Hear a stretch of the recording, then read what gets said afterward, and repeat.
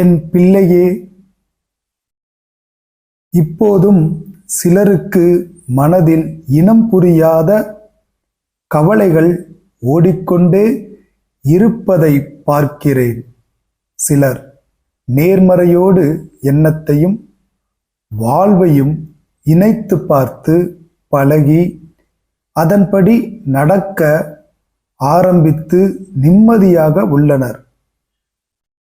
புதிதாக வாக்கின்படி நடப்பவர்களுக்கு மனதில் பயமும் சிறிய சந்தேகமும் உள்ளது.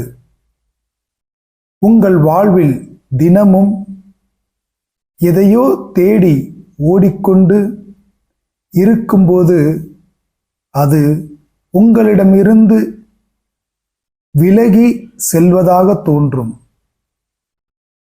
அமைதியாக வருவது வரட்டும் என்று நீங்கள் முடிவெடுத்து நேர்மறையாக என்னிடம் ஒப்படைத்து உங்கள் வாழ்வை நடத்தும்போது எல்லாம் உங்களிடம் திரும்ப வரும்.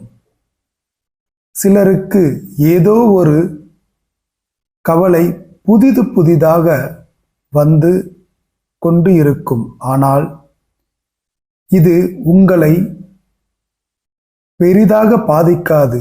தேவையற்ற பயம், மனக்குழப்பம் வேண்டாம்.